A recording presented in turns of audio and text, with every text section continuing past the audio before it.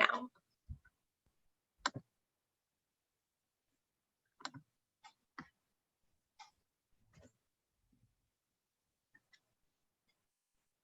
Hi, folks. We're just giving Zoom a few seconds to let everyone log in here before we get started.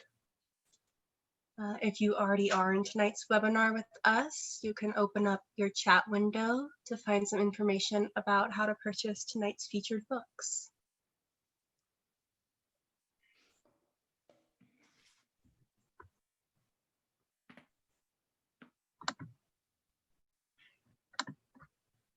All right, good evening and welcome to tonight's live online author event with Greenlight Bookstore.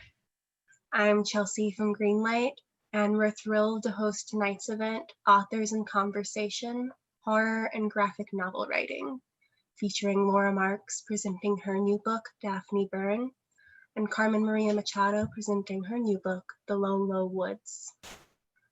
Before we start, I just want to say a huge thank you to Laura, Carmen, and the team at DC's Hill House Comics for making this happen, and to all of you for showing up. Though we're not able to host events in our store spaces, our community of authors and readers is still here. We're grateful for your support and for the chance to make this space for conversation and connection. Now I have just a couple of housekeeping things to go over. First, in our Zoom webinar tonight, you can see and hear the speakers, but they cannot see or hear you. They can see that you're here though, and you can see a count of your fellow attendees at the top of your Zoom screen. There are a couple different ways you can interact with tonight's event, which we highly encourage. The first of which, you're welcome to post your comments and thoughts in the chat. You can find the chat by scrolling over the bottom of your Zoom window. It's the little icon with one speech bubble. Commenting in the chat is a great way to show your appreciation for the author and to interact with fellow attendees. If you have a specific question you'd like to have answered by the authors, please post that question in the Q&A module. You can find it by clicking on the icon that looks like two speech bubbles. We'll be pulling questions only from the Q&A to be answered in the later part of the program. And we are recording tonight's event, so look for video or audio versions on our YouTube channel, Greenlight Bookstore, and social channels later on. And importantly, tonight's featured books, Daphne Byrne and The Low, Low Woods, are available for sale from Greenlight Bookstore. You can shop in person in our bookstore locations, noon to 7 p.m. every day of the week. And you can purchase Laura and Carmen's books and many others on site. Or order online at greenlightbookstore.com for a quick pickup at the store or for shipping anywhere in the US. And you can find the buy link for those books in the chat. If you care about supporting the careers of authors and the ongoing existence of independent bookstores, buying tonight's featured books is a great way to show your support. Our featured authors for tonight are Laura Marks and Carmen Machado. Laura Marks is a television writer and multiple award-winning playwright whose on-screen credits include The Good Fight, The Expanse, The Exorcist, Brain Dead, and Ray Donovan. She's the winner of the 2014 Penn Laura Pels International Foundation for Theater Award for an Emerging American Playwright. Her plays Bethany and Mine have garnered acclaim from critics and been published and produced across the US and overseas. A graduate of Juilliard's playwriting program, she lives in New York City. Her new book, Daphne Byrne, is an unsettling and blood-soaked tale set in the gaslit splendor of late 19th century New York. Following the sudden death of her father, 14-year-old Daphne experiences a supernatural encounter, a strange, insidious presence in her own body, whose terrifying power Daphne is soon sharing. Carmen Machado is the author of the memoir In the Dream House and the short story collection Her Body and Other Parties. She's been a finalist for the National Book Award and the winner of the Bard Fiction Prize, the Lambda Literary Award for Lesbian Fiction, the Brooklyn Public Library Literature Prize, the Shirley Jackson Award, and the National Book Critics Circle's John Leonard Prize. In 2018, the New York Times listed her body and other parties as a member of the New Vanguard, one of 15 remarkable books by women that are shaping the way we read and write fiction in the 21st century. Her essays, fiction, and criticism have appeared in The New Yorker, Granta, Harper's Bazaar, Best American Science Fiction and Fantasy, Best American Non-Required Reading, and elsewhere. She holds an MFA from the Iowa Writers Workshop and has been awarded fellowships and residencies from the Guggenheim Foundation, Yaddo, the Malay Colony for the Arts, and more. She's the writer in residence at the University of Pennsylvania and lives in Philadelphia with her wife. In her new book, The Low, Low Woods, Shudder-to-Think Pennsylvania is plagued by a mysterious illness that eats away at the memories of those affected by it. When Elle and V find themselves the newest victims of this disease, the two teenage dirtbags begin a surreal and terrifying journey to discover the truth about the strange town that they call home. Laura and Carmen are each going to start us off with a reading from their books, and then they'll be talking with each other and with all of you. I'll let our first reader, Laura Marks, take it away. Thank you, Chelsea. Wow. Full disclosure, I've never actually read from a graphic novel before, but the folks at Greenlight were kind enough to do this cool mock-up. So if we could go back to the cover page, there we go. Thank you, Chelsea. I'll just sort of set this up so you know what to expect. This excerpt comes about a third of the way into the book. And to be clear, this was published, and Carmen's book was also published originally as 6 softcover issues that were sold in comic shops. And now these 6 issues for each of our books have been collected into a single hardcover graphic novel. So what you're looking at right now was the cover of issue number 3 in its comic book form. And the original cover art is kind of interspersed throughout the graphic novel as well. So at the point we're about to pick up right now, Daphne Byrne, our title character, has acquired a new friend after attending a seance with her mother, which she quickly deduced was all complete nonsense. She did have a very odd experience in which this young boy began visiting her in her dreams and then in her real life. But no one else can see this boy, no one else can hear him, and yet he always seems to be with Daphne now. He has never given her his name. He just refers to himself as, he says, "Think of me as a brother." So she goes with that. So in the scene that you're about to see, they're just getting to know each other a little better. All right, take it away, Chelsea. Do you know any games? Of course I do. I should explain now, sidebar. So Brother speaks in thought captions. Our wonderful letterer, Rob Lee, created these special little slightly yellow tinged thought captions for Brother, since no one can hear him but Daphne. All right, I'll carry on. Here's one. We take turns asking each other questions in sets of 3, and we must answer truthfully or pay a forfeit. You first. Am I dreaming you? I'm as real as you are. Where do you come from?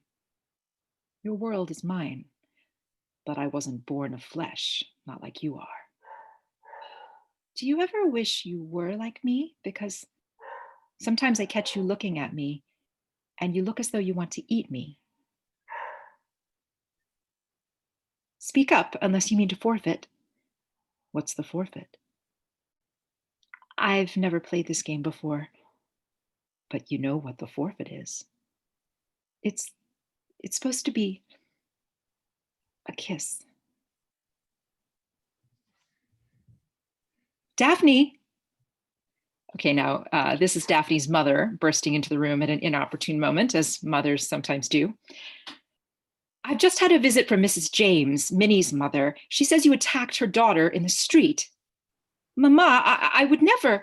That's exactly what I said. You must be mistaken. Daphne would never do such a thing. And besides, she was at home all day. But she said that 2 other girls saw you. They're lying. I swear it. I went out for a bit for a change of air and I saw them, but that's all. They're only making up a story. Mrs. James said that Minnie came home with her dress all torn and fell into a fit. A fit.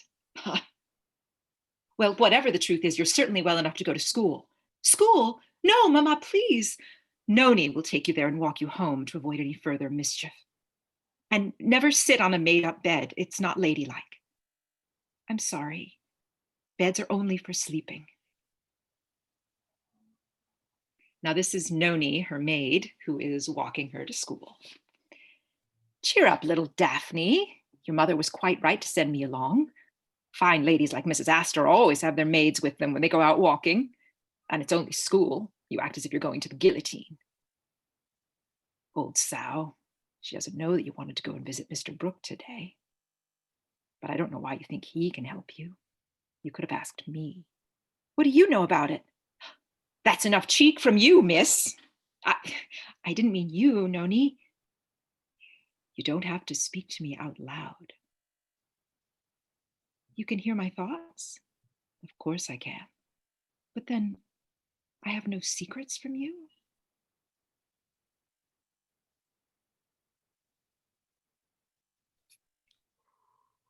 And that's it. So creepy. That was so great. So weird, right? Yeah. Like reading a picture book, I guess. Yeah. A very terrifying, very upsetting picture book. Well, as is yours. Delightful and terrifying picture book. Okay. All right. I guess I'm ready for mine now. All right, everybody. So this is the Lolo Woods. And again, this is the cover of the, not the complete book or the hardcover book, but this is the first issue and with this beautiful cover, which I absolutely love. Yeah, okay. First page, or not, it's not the first page. So just to set it up a little bit, this is very early on in the first issue. Elle, whose full name is Eldora, but she goes by Elle, and Octavia have just come out of this movie. And it's actually, you'll notice on the marquee, it's Sea Dogs, which is a little bit of a nod to the hidden chapters of this other sort of graphic novel that they built into the Hill House line. So if you buy all of the issues of Hill House, there's like a whole bonus graphic novel that Joe Hill wrote called Sea Dogs. So that's just a reference to that. It's a little joke. But so the girls have just woken up in this movie theater. They remember arriving at the theater and then they wake up at the end of the movie, but they have no memory of having seen the movie. And Elle's shoes are muddy and there's evidence that they were not in the theater for the entire time that they thought they were there, but there's just like a blank space. And they ask the kid who is a schoolmate of theirs who works at the counter, like if he knows what's going on. He says something very sort of cryptic and mysterious and creepy. So they have now come back out. And this is set in the 1990s in Shudder-to-Think, Pennsylvania, which is a fictional town that I invented that combines sort of several sort of towns in coal country, Pennsylvania, which is where I'm from. And this is narration by Elle. Octavia rides on the back of the bike. My legs get stronger. It's a good arrangement. There's this novel called The Awakening. We read it in English class last year. It was written almost 100 years ago. Next page. I should add that the art for this book, it's really beautiful and really exciting. And this, everyone's goal is to mine more coal, is actually from a photograph that I found in coal country, Pennsylvania. So that is not made up. That was something that we found. It's about a woman who is a wife and a mother. She meets this guy, falls in love. She realizes how much of her life she's missed out on, how much she will continue to miss out on because she's a woman in the world, and that's just how things are. She kills herself at the end, walks into the ocean. I don't get being a wife or a mother or the idea of loving a guy. Jesus. I should add that both these characters are gay. But I do know what it's like to be in one place in your life and then suddenly in another. Sometimes it's as complicated as understanding that the world is not always what you thought it was, but sometimes it's as simple as waking up. Bike crash, and then, God damn it, fucking rabbits. V, are you okay? V? And then I'm not gonna make the noise of the deer woman. I couldn't even begin to make that horrifying sound, but this is the deer woman, one of the villains, the monsters, I should say, of this series. Fuck. I really should have chosen better dialogue. I'm sorry. For this, I should have chosen different pages. And then they bike away, and the deer woman vanishes into the woods. And that is my excerpt. Thank you. Oh, you're muted. Sorry, I muted myself so that you wouldn't have to hear my noises of excitement. Yeah. I love the deer woman so much. I feel like I want to talk about your book, but I don't want to spoil anything. So, yeah. How did you find yourself writing a comic in the first place? Like, how did this come about? Maybe that's a good place to start. Oh yeah. Well, I had never written a comic before or anything with a script, really. I took one screenwriting class in college and did not do super great at it. I found it really tricky. Like, writing dialogue is very hard. I admire people who can do it for a living because I find it very difficult. And so I had sort of never really thought it was a thing I wanted to try, though I did love reading graphic novels. I especially loved Vertigo, as an imprint. And so when a few years ago, DC reached out to me and was like, hey, we really like your work, your first book, which was a short story collection and had a lot of sort of horror stories, horror elements in it. And they were like, everybody should read out and get this short story collection. It's so amazing. Yes. Sorry. No, yeah. Well, it's funny because and so I was like, yeah, but I have no clue how to even begin to write a comic. And they were like, we'll show you, we'll teach you. And so I began putting together this pitch that was actually based on an idea that I'd had that I assumed would be a novel or something, but I had just written this sort of idea down in a file a million years ago. And was like, oh, this would actually be really beautiful and creepy, and it would really lend itself to good visuals, and then I wrote it. It was pretty cool. And it was I believe you said earlier when we were talking about something that you had never had to sort of outline what you were going to do before, right? Like, normally you can be a little more free form with what you're doing. Yeah. I mean, I had never, because they were like, hey, you have to outline the 6 issues and then fill it. And I was like, what? Because I write so free form. I sort of usually, when I'm writing my prose, I usually just sort of open up the document and read what I've written and then kind of keep going. And there's this it's very sort of, but you really can't do that when you have other people who have to do stuff. There's other people sort of attached to the process. I imagine the same is true with TV writing, where it's you can't just be I'm gonna open up my document and see what happens. You have to make plans, and sort of unless you're David Milch can do that. No one else is allowed. Yeah. Wait, who can do that? The guy who wrote Deadwood and right, yeah, right, exactly. People who are really at the top of their game, but everybody, all the other regular people have just gotta they're here's my outline, here's my plan. So I had never done it before, and it was interesting because then I was just looking at a document where I just had a couple of paragraphs for each issue, and I was like, oh, this is so interesting having to tweak things over here, and then I tweak it over here. And then I just wrote from the outlines. Like I just took each, or I took not even an outline, like each like description, and then I just wrote each issue from it, which I don't know if that's how you're supposed to do it, but that's how I did it. Yeah, no, same. And then the sort of a little bit jarring thing is that by the time you're writing issues 5 and 6, issues 1 and 2 are already out there in the world. So yes, I mean, they were like, you could write them all before the first one comes out, and I was like, I mean, I'll try, and like did not even get anywhere close to that. Like I was up against my deadline for every single one. Yeah, same. Yeah, I mean, in retrospect, I suppose it would have been smart to do it that way, but there's something fun about not having a net also, and being like, okay, well, I can't change anything, so just got to keep plowing forward. Yeah, for me, it came about in a very roundabout way. So I work primarily as a TV writer and playwright, and I was working in this what's called a mini room, which is kind of a developmental room for TV writers to kind of kick the tires on a project, see if the network wants to do it or not. And this was for an iteration of Lock and Key that didn't end up going. This is back when Hulu set up at Hulu. But through that, I got to meet Joe Hill, who, if anybody listening to this doesn't know who Joe Hill is, get out and read you some Joe Hill. It's freaking amazing. He curated this whole line called Hill House Comics, which our books are a part of here. It's a sort of imprint under the DC Comics umbrella.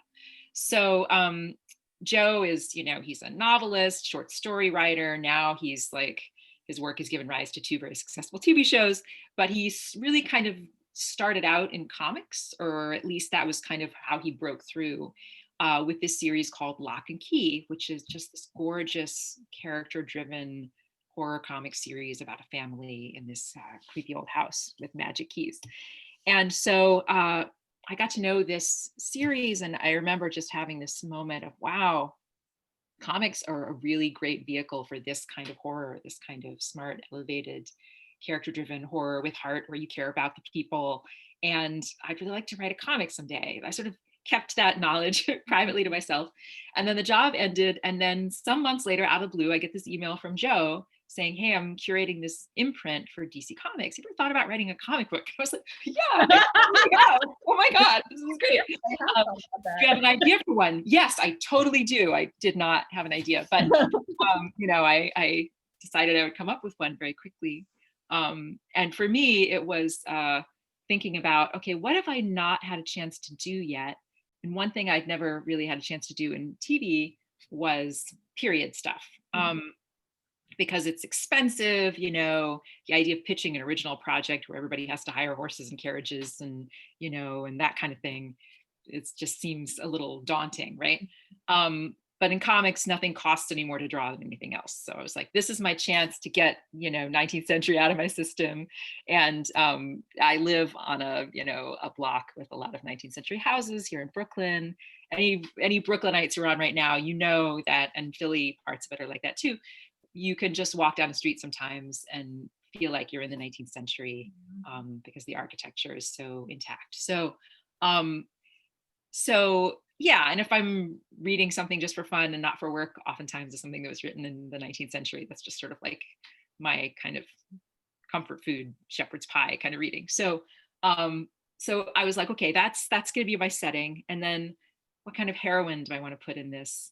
And one of my favorite things to write is an anti-heroine, but I had never written a teenage anti-heroine. And since I have 2 teenage girls in the house right now, who are the heroines of their own stories, I thought, this feels like about the right time to do this. So that's how it ended up for me. And you have teenagers in your book as well. And I think it's clear that I was not a teenager in the 1880s, but I'm curious how much of the world that B and L inhabit is at all reminiscent of how you grew up, or I don't know your origin story. I don't know where you're from or anything. Yeah, almost none. So they're a full generation before me. So I was a kid I was like a teen in the 2000s, like the early aughts. So like this setting and them being teens in like the 90s with like all that was not, I did not experience that. So I actually had to do some research. I was like, the 90s are way cooler than the early aughts. So I'm going to like put it there, and I don't want them to have cell phones, like, so I like did all this stuff. And I didn't grow up like in that kind of town. Like I grew up in the suburbs, but I was always really interested in so like Pennsylvania, is a state that like, coal mining and sort of the industry that's in the state is like just really sort of scars and like occupies like a great deal, I feel like, of the psyche of the state. And when I was growing up, there was this town in central PA called Centralia, and Centralia has been on fire for 60 so years. So back in the mid-century, they don't know exactly what happened, but the theory is that like lightning struck like an exposed coal seam and lit like all the coal underneath the ground on fire. And it just created this like massive like environmental catastrophe, where like sinkholes would just appear out of nowhere, like children were getting like sucked down into the earth, and like the city was just like leaking smoke. Like apparently it was the inspiration of Silent Hill. So there was just like haze in the air all the time, and like, fire coming out of cracks, and like, and eventually, and like, the milk would turn, and like it was just like this really like weird place. And so eventually they like rerouted the highway so it didn't go through Centralia anymore, like whatever road was nearby. And then they had people slowly begin to leave, and like it was become unincorporated. And then the last person who lived there died like maybe 10 years ago or something. But when I was a teen, it was super cool to like go to Centralia and like take moody black and white film photos of like, and there's like, and because it's like abandoned, there's this highway called the Graffiti Highway, where like it's just like this stretch of road that is no longer used, that's like cracked and bubbled and all messed up, but there's like graffiti on like every inch of it. So it was just like a really interesting place. And I was really interested in sort of the way that like sort of the idea of environmental catastrophe that's brought about by human, I mean, now it's like all about fracking, but like just like how humans have sort of messed with the landscape in this way that like the communities get so tied to these like natural forces, and then everything gets fucked kind of every which way, and then you end up with like this really haunted weird space, or like, or like when industries shift and change, like there's no sort of net for people who, I don't know, I'm just really fascinated by that. And so I feel I just decided that I really wanted to set the story there, and I call it Pennsylvania Gothic, like it, because I feel like Central PA has the same sort of dark energy as like parts of the South, like it just has this like really, it's just haunted in this really interesting way. Yeah. I'm from Kentucky, and my dad is from a coal mining town. He's from Harlan, Kentucky, yeah, Harlan County, USA. Yeah. So I feel you on that. Yeah. That's so cool. It makes me want to go to Centralia now. Yeah. I mean, I didn't actually want to write it about Centralia exactly, because I wanted people to like kind of have free reign to make things up. But I did like read a bunch of books about Centralia and like used like a lot of details. Like there's a detail in the comic where like you could tell where the coal seams were, because when the snow would fall, it would hit the ground where the coal was, and it would just melt. Like it would just, so you would see like piles of snow where there was no coal. And then like there was these like weird tracks through the snow, and it was like where the coal was that was burning. So like that, I just read that like in some book, and I was like, oh, that's such a creepy like just a weird detail. And I just stuck it in the book. So I wanted to have some like flexibility about what it was like. I didn't want to like stick it there, but so I like invented this place. And sinkholes are also like a really big part of the narrative. So there's a character in the book that's her mother is a sinkhole, and so she is slowly becoming a sinkhole as well.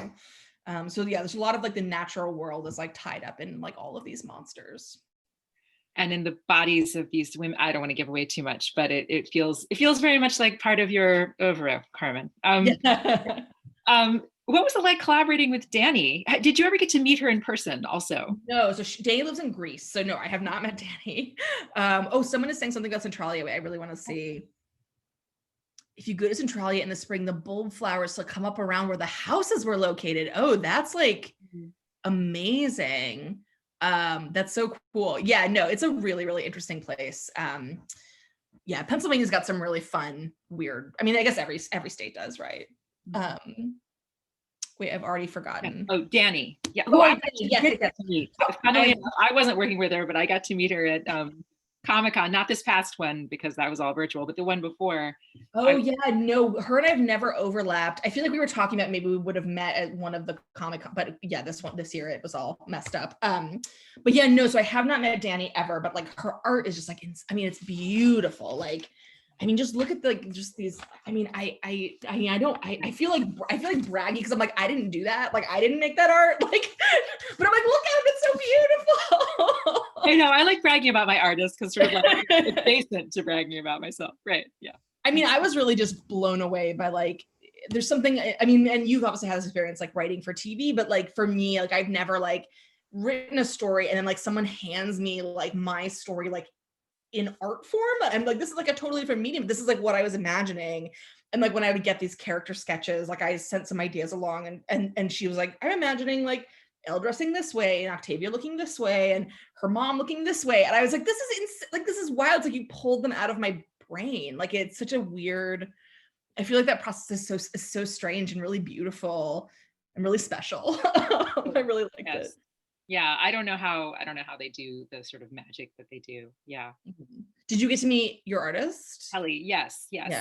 At that same Comic-Con, I got. Oh, very cool. That's awesome. And he's like a kind of, he's a guy who's been doing this for a while, so he's a little bit of like a comics legend. He's done some really iconic Batman work. He did Batman with the like really pointy ears and Sandman and Swamp Thing. So he's a guy where people will come up and be like, hey, Kelly, would you sign my comic? And like, wow, damn. So I'd say his style is a little more kind of old school, and so well suited to this period because he likes to pack panels with so much detail, which I think really suits the 19th century really well, that kind of incredibly layered look and all the here, I'll find you one of my favorite Kelly pages here.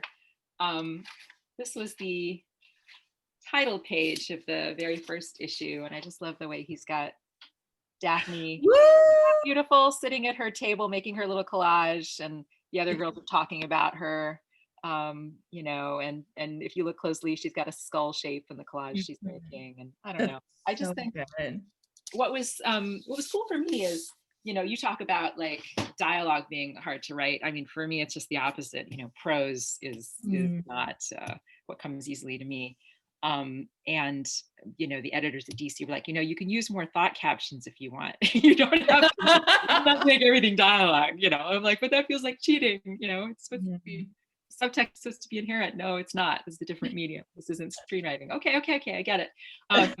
But sometimes I could cheat a little bit because Kelly is so good at drawing emotion on a character's face that I could be like, I don't want words in this panel. I just want a reaction shot. Be like, I got you, So yeah, it could feel a little more filmic, that collaboration, which was really nice. Yeah. He's amazing. I definitely did a lot of narrative, like, because I had each issue goes back and forth between like a voiceover with a different girl, and not for the whole issue, but like I wanted there to be. I wanted to be able to like have a narrative voice because that is a thing that I'm used to with prose. So I was like, wait, can they talk? Can we have a voiceover? They were like, yeah. And I was like, great, excellent. That's exactly what I want. Yeah, no, I mean, I love that. I that's one of the great strengths of comics and graphic novels, right? Is that you can do that and slip into a character's inner voice without it feeling weird the way it does if you have a voiceover on screen. Sometimes it feels like it's arch or stylized in a different way, whereas in comics it's just so natural. I mean, in my book, I wanted to kind of save the thought captions for when she's sort of talking to her invisible, maybe imaginary, maybe demonic friend, and have her be a little more opaque at the beginning of the book, opaque to the reader. Or maybe I'm just saying that because it just felt more natural for me to write it like a screenplay instead of, like, it's funny, we sort of brought our own home styles into writing a graphic novel. So I really liked the excerpt you read, that the shot with them her walking with, is it her grandmother or her maid? Yeah. Her maid. Oh, okay. Yeah.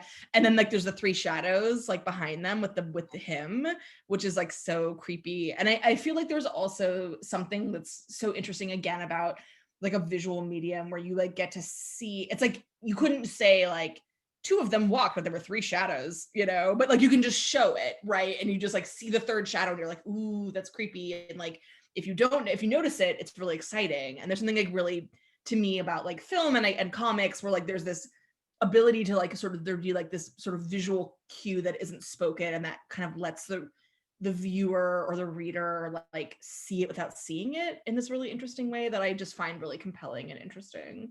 Totally. I mean, I feel like even more so than film, because comics are just these static images, and then the reader has to kind of fill in what happened between those images.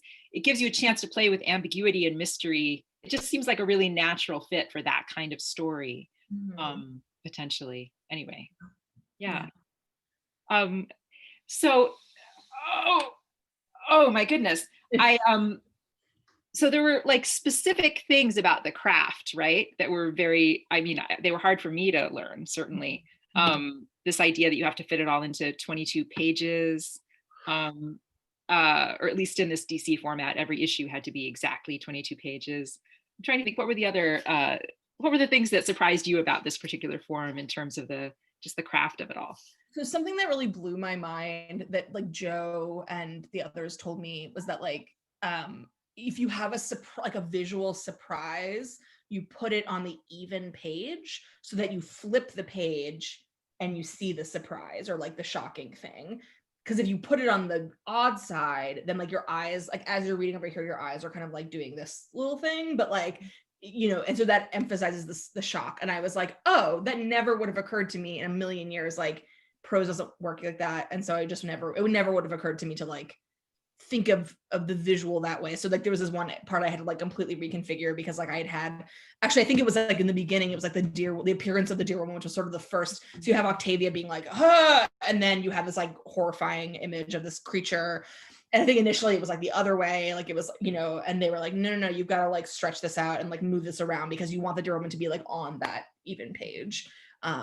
Which I was just like, yeah, that never would have occurred to me if someone had not taught me that. And and I think, and even just like when I would, pitch things to Danny, or I would like, send her the scripts. And then I remember like her, like, here's like one that I really loved.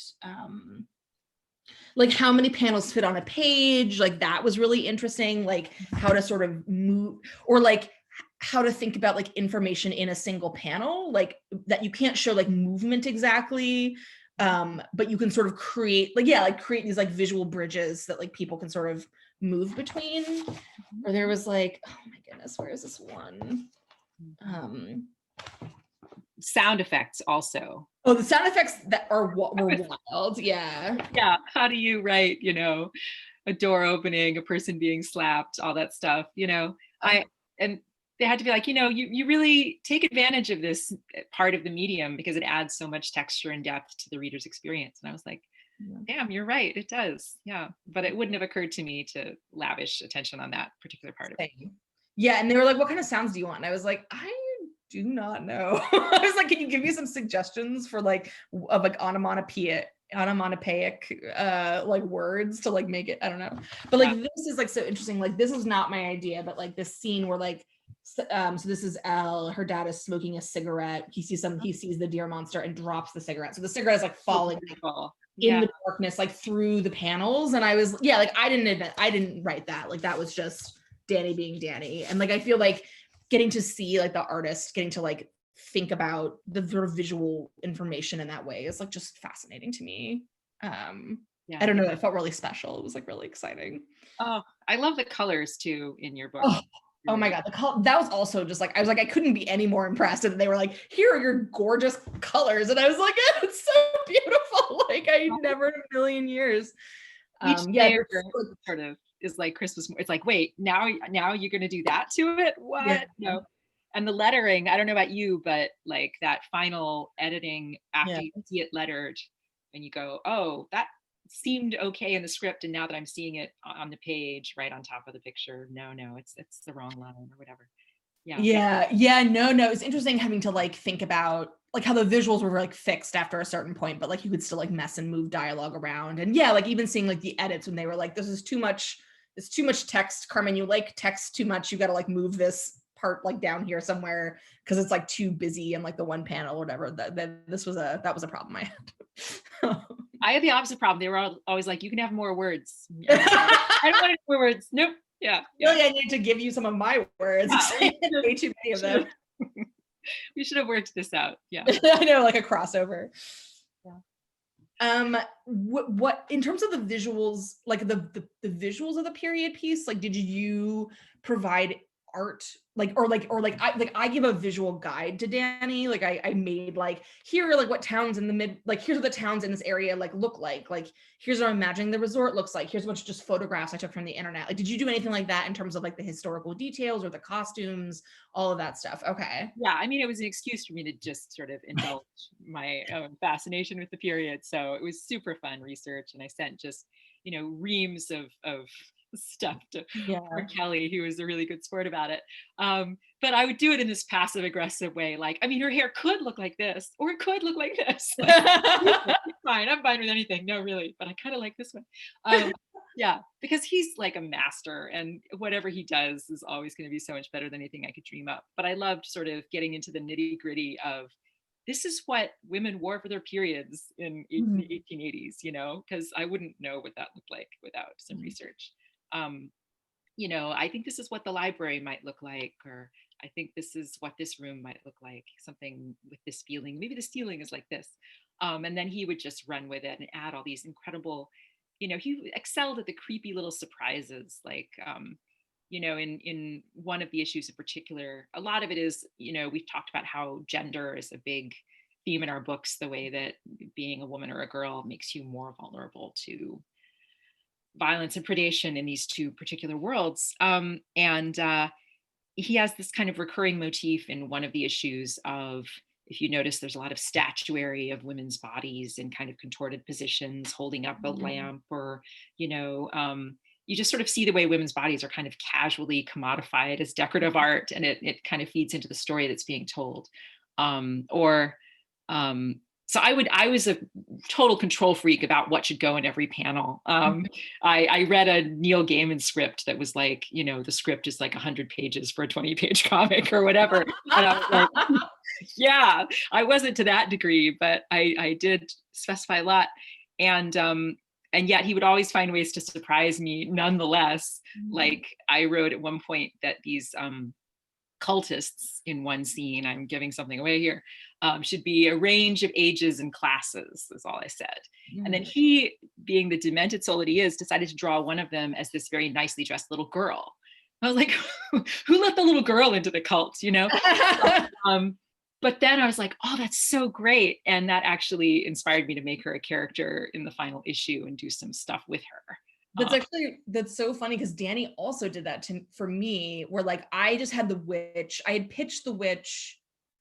I don't think I pitched her, because like in the comics, she's like a little girl with like creepy old lady hands. Oh, yeah. And she's wearing like a beanie, like a green beanie, and she looks like a very small child. But and I think that was actually Danny's idea. Danny's like, what if she looks like a child, has creepy old lady hands, and wears all green? And I was like, sure, that sounds actually really, yeah, that actually sounds super interesting. And it ended up later shaping like a plot line about the witch that I wasn't expecting. So yeah, that's so funny. Yep. Yeah, the witch is an incredible character. I don't even know, how would you cast her in the movie version? I don't even know if such an actress. I truly do not know. I feel like it feels very like an Interview with a Vampire, like how Kirsten Dunst played it, where it's like she plays like ageless creature that is but looks like a child. And yeah, that's kind of how I was imagining her. I mean, she doesn't look like her, but I don't know. Totally. Yeah. I think we have some questions. Yes. Yeah. Ooh. Yeah, we've got a few questions from the audience in here. Carlos Gonzalez asks what your current favorite horror reads are, comic novel series. They mentioned theirs at the moment is Her Body in Other Parties. Absolutely floored by it. Oh, weird. Oh God, what a good horror I read recently. I guess it's sort of like horror sci-fi, but I just read, and it's now out, Rumaan Alam's Leave the World Behind, which is terrifying. I think it's been shortlisted for the National Book Awards, or at least it was longlisted. And it is about this. It's actually really, I feel it's supposed to be really hard for everyone because like it's a novel about like a large scale like catastrophe, which was released during COVID. Like it feels a little like on the nose, but like he, wrote it years ago. But it's about a family that like gets an Airbnb like outside of New York City for the weekend. It's like these parents and their 2 kids. And they get there, and then while they're there, something happens that like cuts off all communications, and then the people who own the house show up and are like, something bad happened, we're just going to come stay here. So it's like this weird catastrophe has happened, and the people who own the house are living there, and the people who have rented this house, and it's like this incredibly dark, creepy, really devastating novel that I was just like it really unsettled me. Like it really kind of fucked me up for a few days after I read it. It's great. I highly recommend it. What's it called again? I'm gonna write this down. It's called Leave the World Behind by Rumaan Alam. And it's great. Awesome. Yeah. For me, I just recently, I none of this is like new releases, sad to say, but I just recently got into the African Immortals series by Tananarive Due. I hope I pronounced that correctly. Yeah. Mm-hmm. Okay. As far as comics, The Witches by Scott Snyder, I really liked, which I read recently. Witches with a Y. And then Emily Carroll has this book called Through the Woods that is like so gorgeous, right? Emily Carroll. Oh, yeah. I'm obsessed with her. I really love her. Yeah, sorry. Through the Woods is great. It's a great book. She's really amazing. I think because it's like a short story collection, which I feel like before I read that book, there was her book, and also what was the other one I read? Oh my God, is it Jillian Takami? Boundless, I think it's called. And it's also like a graphic novel where it's like a graphic short story collection, which like is a genre I guess I don't see a ton of, but both of those books are like really magical. The Ice Cream Man is sort of short horror novel form, and those are really scary. They're almost like flash fiction little stories of horror, all with this sort of creepy ice cream man somehow involved. I also recently reread Uzumaki by Juju Ito, which is like one of my favorite. So it's a horror manga. I read it because it was helping me with the Low Woods, and then I wanted to reference it with something else. But that's a horror manga about spirals, about a town that's haunted by spirals, like the concept of the spiral. And it is like, it's extremely upsetting. It's great. It's so fucked up. It's like I showed a page to my wife. I was doing, she was like, what is that? And I was like, look. And she was like, oh no, oh my God. Like, no.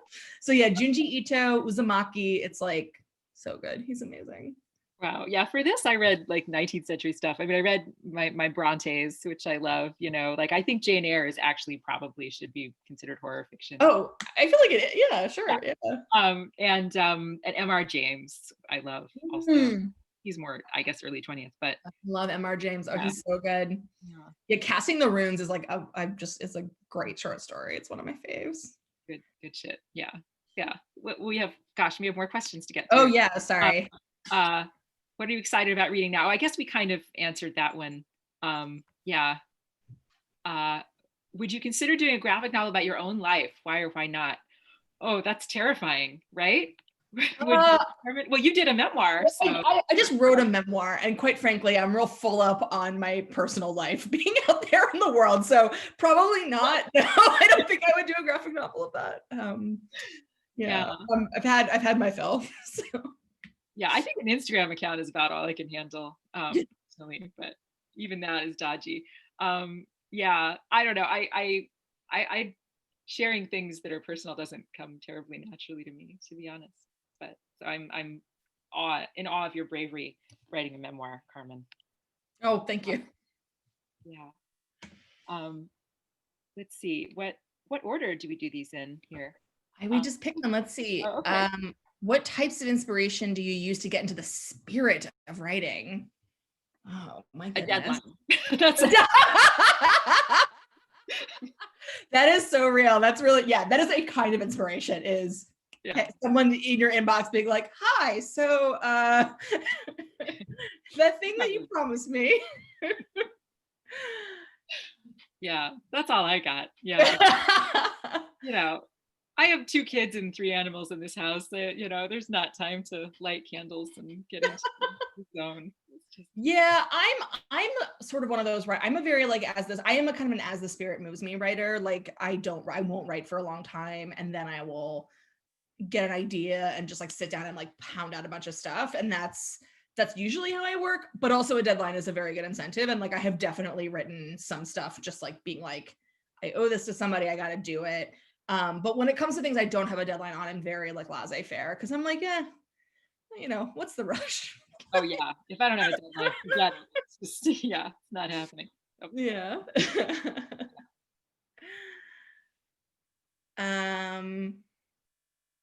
Somebody asked about it. Oh, sorry, go ahead. No, you go. Yeah. Well, someone asked about a cameo, saying Joe Hill made a small cameo in Netflix's Lock and Key. If you could one day have a cameo in either a live action Daphne Byrne or Lola Woods, how would you appear? It's a really good question. Yeah, he actually did the cameo in the comic itself, I believe. Oh, that's so funny. The artist drew him, like Joe and the artist like made little sort of visual cameos as ambulance drivers in a page of Lock and Key, and then they kept that in the show. Oh, that's so funny. Yeah.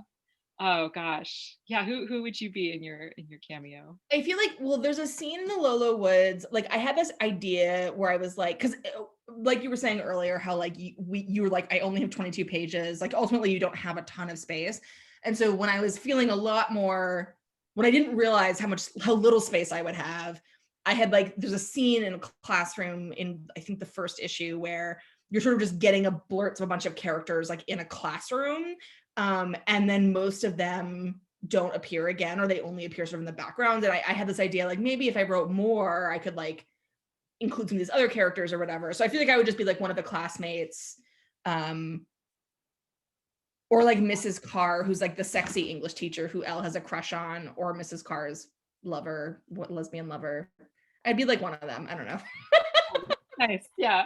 There's a teacher in mine too, a really bitchy French teacher. So maybe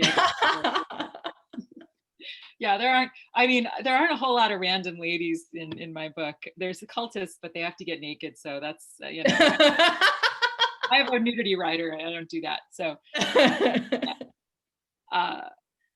how did you find out about, this is for you, Carmen. Uh-huh. How did you find out about David Foster Wallace and Mary Carr? About them from the memoir, but I mean Mary Carr has written and talked extensively about her relationship with David Foster Wallace, which was pretty bad. So yeah, that's just, it was just something, it was just, I mean, she's written, like I said, she's talked about it a lot. She's written about it a lot. Let's see, anything else? Some people are asking about new projects. Oh yeah. What are your new projects, Carmen? So some I can't talk about, but the ones I am working on a new book. And it is actually historic. It's funny, you were talking about period pieces, like historical fiction. So I used to be super allergic to historical fiction and research. And then I wrote a memoir, which has a lot of researched essay elements. And so I just had to like learn how to do it. And then I kind of got bit by the historical bug. And my wife is also a writer of historical fiction and like loves research, and I used to wake up and she'd be like on the bed being like, guess what I learned this morning? Like, cause she'd be like researching for 3 hours, you know, and she would just be like really crazy, like getting really excited about some like weird detail that she had learned. And so I kind of got bit by the research bug. And so, yes, I'm working on a bunch of new, like a linked story collection that takes us over a bunch of different time periods. And so like I had a story in Granta that's like one of the stories from this collection called The Lost Performance of the High Priestess of the Temple of Horror, which is set in France at the Grand Guignol.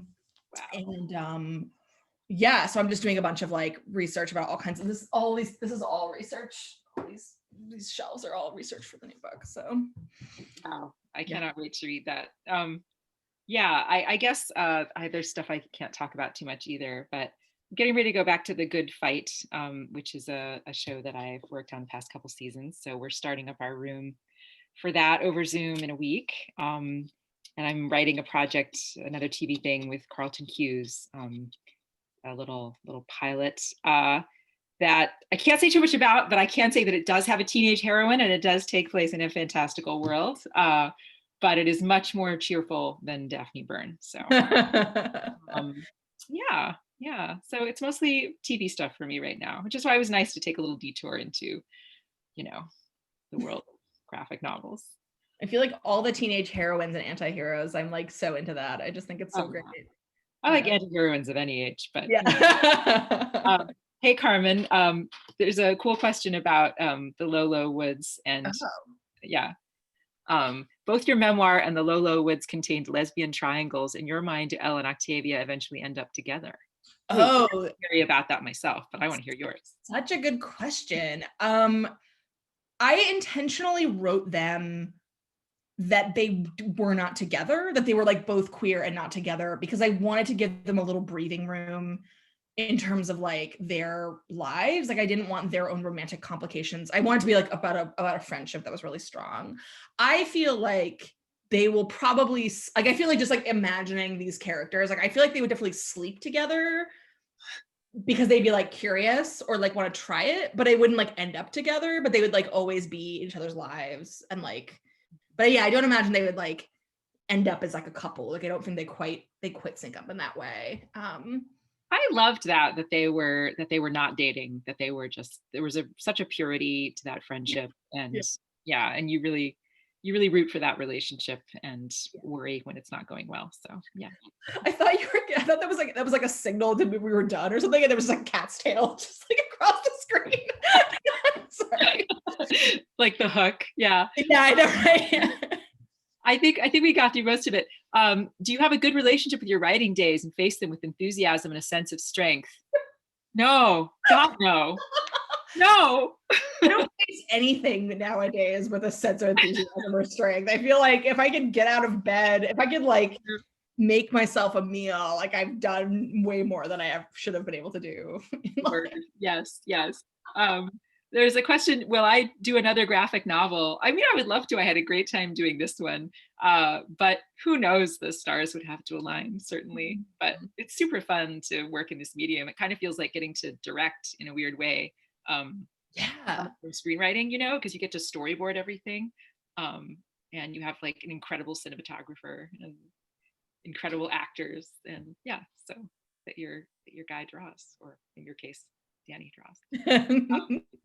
So the soundtrack of our books, I'm not good at that. I need a music supervisor to help me out. Yeah. I guess mine would be like the coolest music from the 90s that I definitely did not listen to until much later in my life. So yeah, I don't know. Yeah. Mine would have to be freshly composed by, some great composer.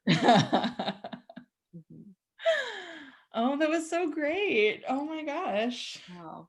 Those were great questions. I know. Thank you, everybody. This was so lovely. Thank you for coming. This was so nice. Yeah, thank you, Laura and Carmen, for tonight's fantastic discussion. And thank you to everyone who showed up and made it such a fun night for all of us. You can find a little more information again about buying tonight's featured books, Daphne Byrne and the Lolo Woods. That link is in the chat. You can browse in person at Greenlight if you're local to Brooklyn. Any day of the week between noon and 7, you can find both books in store, or you can shop online at greenlightbookstore.com and buy for a quick curbside pickup or shipping anywhere in the US. And if you missed any part of tonight's event, or you just want to indulge in a rewatch, the event will be up on our YouTube channel, Greenlight Bookstore, within the next couple days. So keep an eye out there and on our social channels. Thanks so much again, everyone, for a wonderful evening, and have a great rest of your night. Thank you, everybody. Thank you. Thanks for coming. And thanks for having us, Chelsea. Yes, thank you. It's a pleasure.